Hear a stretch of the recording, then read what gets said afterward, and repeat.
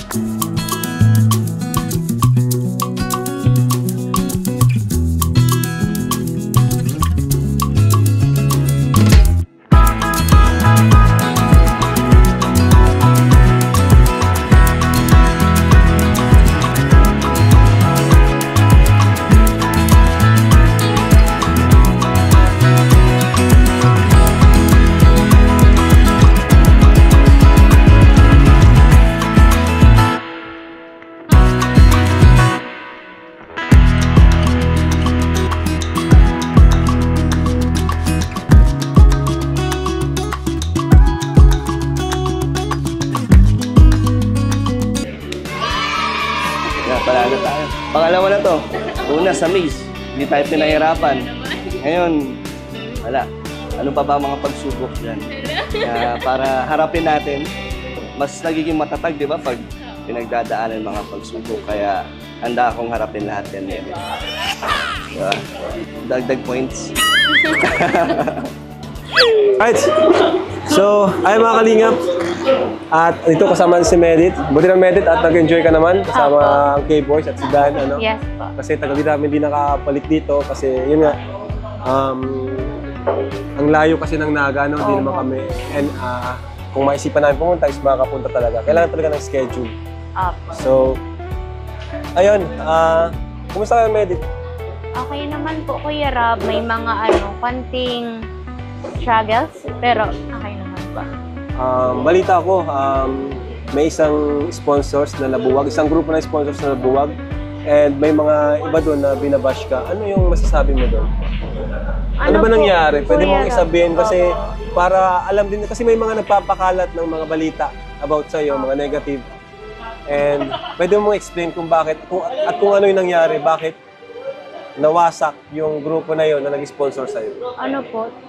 Sa totoo lang, Kuya Rob, sobrang nasaktan po ako. Na-depress po ako nung time na yun. Kasi po, alam mo yun, wala ka man ginagawang masama. Ang ginagawa ko lang po nun, pinapromote ko yung mga bagong page na lumalabas. Pero, pinapromote ko pa din po yung mga nauna na. Kasi bilang respect po. Tapos yung grupo na yun, tinuring nila akong anak, tawag sa kanila anak.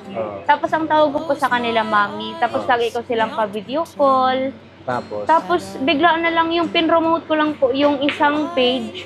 Parang nagsama na po yung loob nila. Tapos umabot na sa point na pinapapili na po nila ako. Kung hindi ko daw yun i-delete yung pag-share post ko. Bakit naman gano'n? Ano daw, mawawala na daw po ako ng supporters, ganun-ganun. Tapos sabi ko, bakit man po mawawalan ako ng supporters? Wala man akong ginagawang masama.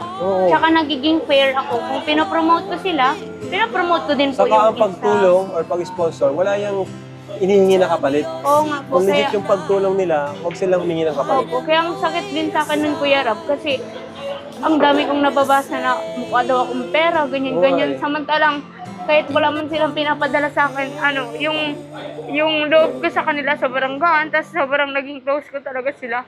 Kaya parang ang sakit.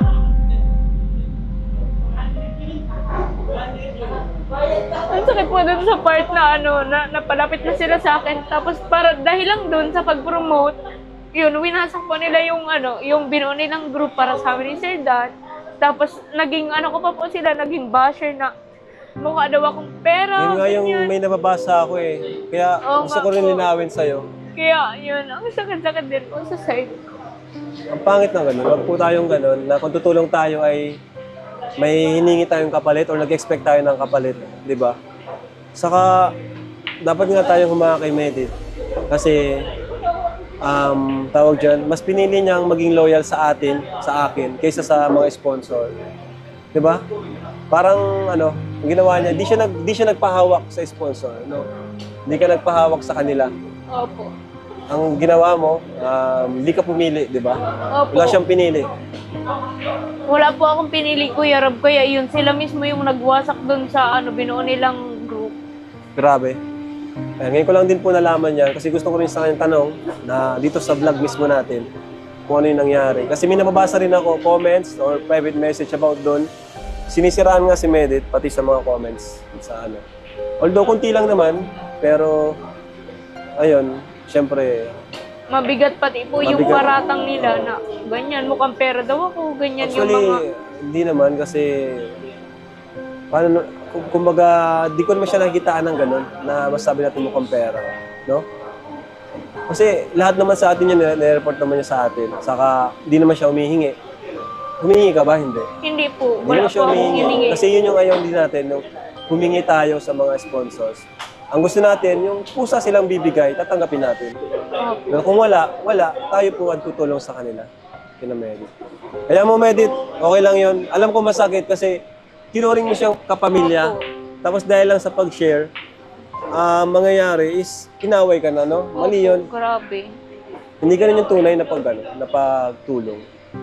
Kaya mo, marami pa dyan mabubuo, mga sponsors, or anuman, panibagong grupo na bubuo sa Dandit, no? Para tuluyan na suportahan sila Medit at Dan. Kaya pala grabe ang bigat-bigat na nararamdaman ni Medit ngayon. Pansin natin, medyo malungkot siya.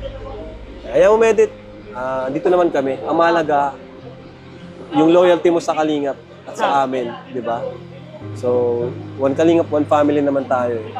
So, yun lang, paalala lang po sa mga sponsor na sana ay huwag natin i-pressure yung beneficiary na papipiliin po natin o minsan hawakan na natin sa leeg.